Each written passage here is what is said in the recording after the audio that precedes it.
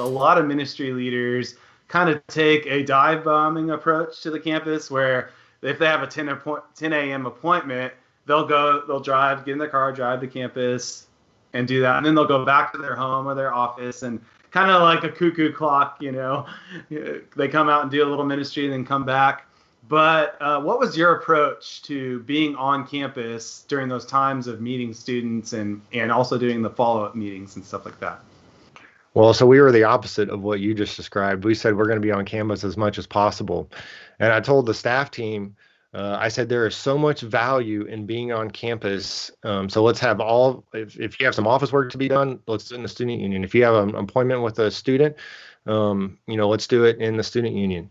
And let's eat lunch on campus. So I asked my staff team, especially in the early years, hey, let's not schedule any appointments during lunch. We're going to go to the freshman cafeteria and we're going to use that time to meet people. And then let's use the hours from 1:30 on to have our appointments. We're going to have them on campus. But we want to become a fixture on this campus. We want people to know that we belong. Mm-hmm. And so if you're just popping in and popping out, a lot of people don't even see you. It's like, who are you? But yeah. There was a lot of times when we would meet people, especially like a month or two into campus. It's like we would meet people that had, they would all say like, oh yeah, I've seen you around on campus. Like that's what we want them to say. Like we belong there. Mm-hmm. But then there's so much value in even just walking to that appointment, set up with someone, and you just bump into somebody. And if all it is, hey, how's it going? Hey, good to see you. Like there is value in those little interactions, and those interactions do not happen if you're not on campus. Mm-hmm. And so there was times, I would bump into the quarterback of the football team. Well, now not only do I get to have an interaction with him, but other people on campus see me talking to the quarterback of the football team. And then there was times I got to know the president of the university. And he was really well respected on my campus. Like he was active on social media. And so people would see me talking to him. It's like, okay, if anyone has any doubts, of course, people are trying to figure out like, who is this guy? Like he's an older guy. I don't think, and then he has a wife. We didn't have kids at that time. So like, who is this guy? But I see him talking to these other people. And so there'd be times where I didn't have an appointment set up. And I would just go to the student union and I would sit there. And there's times I was just sitting there by myself. But honestly, I didn't have to sit there that long. Like, there's moments where, oh, no one's here, I'm going to leave. Or, I feel everyone's looking at me and everyone sees I don't have anyone to talk to. And I don't really belong here right now. Man, no one's thinking that. Everyone's thinking about themselves. They're not thinking about you. But it's easy to think, oh, I stand out right now. So I would just go sit there, or I'd find someone to sit with. And I would just say, hey, can I sit with you for a minute? And just start talking. And man, I met some great people, and it wasn't always students that I was for sure trying to reach. I went up to multiple times, a lot of times, a table of young African-American women. And I would just, in that moment, try to show them some love. I'm personally not going to be the guy who reaches African-American women. But one time, early on, this girl tells me, one of her big problems with the town we lived in is, it was mostly a Caucasian community. So there wasn't even a store in town for her to buy hair product. Mm-hmm.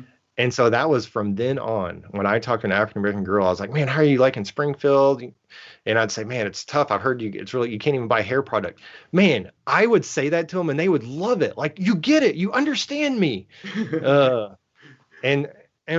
So I would, now I'm off on a tangent now, but I would just stay on campus and I would just try to love everybody that I could. And then I would also, in the midst of talking to people that maybe weren't as far as like in my target, but I would also meet the president of the fraternity. There was multiple times I would pray to God, just let me meet someone of influence today. Yeah, we're going to have a whole episode maybe on how to help students find the right hair products. That'll be a great episode, Blake, and you can come back for that one. Okay, it's just you got to have some hair in order to have hair products. So I'm working on that.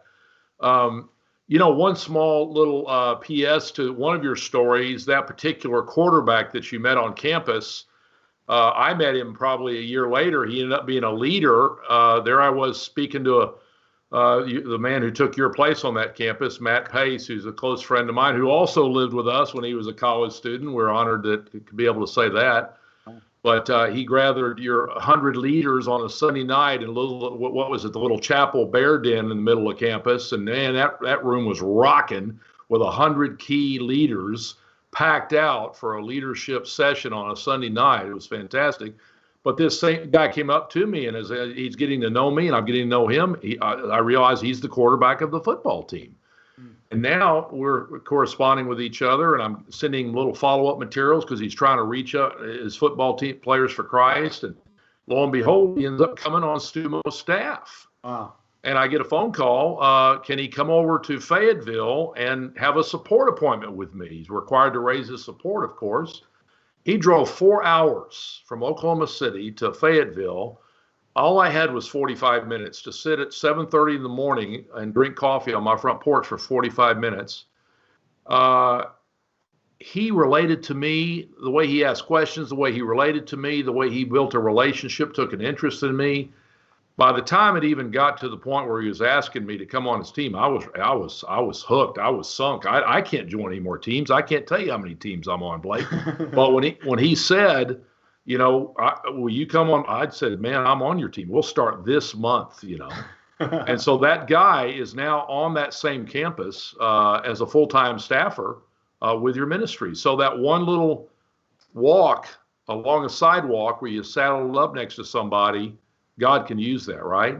So, yeah, anyway. Absolutely. I would always try to have an open mind to like the person, that God might bring someone in my life today. In every interaction I had with somebody, I'd say, okay, there's a reason that God, you brought me this person today. And I don't know if it might have been just a quick word of encouragement. I might never see this person again. And that might be the reason. But I would just have that mindset. Okay, there's a reason that God brought this person in my life. And then sometimes they would end up coming to Christ and coming on your staff team a few years later. You just never know.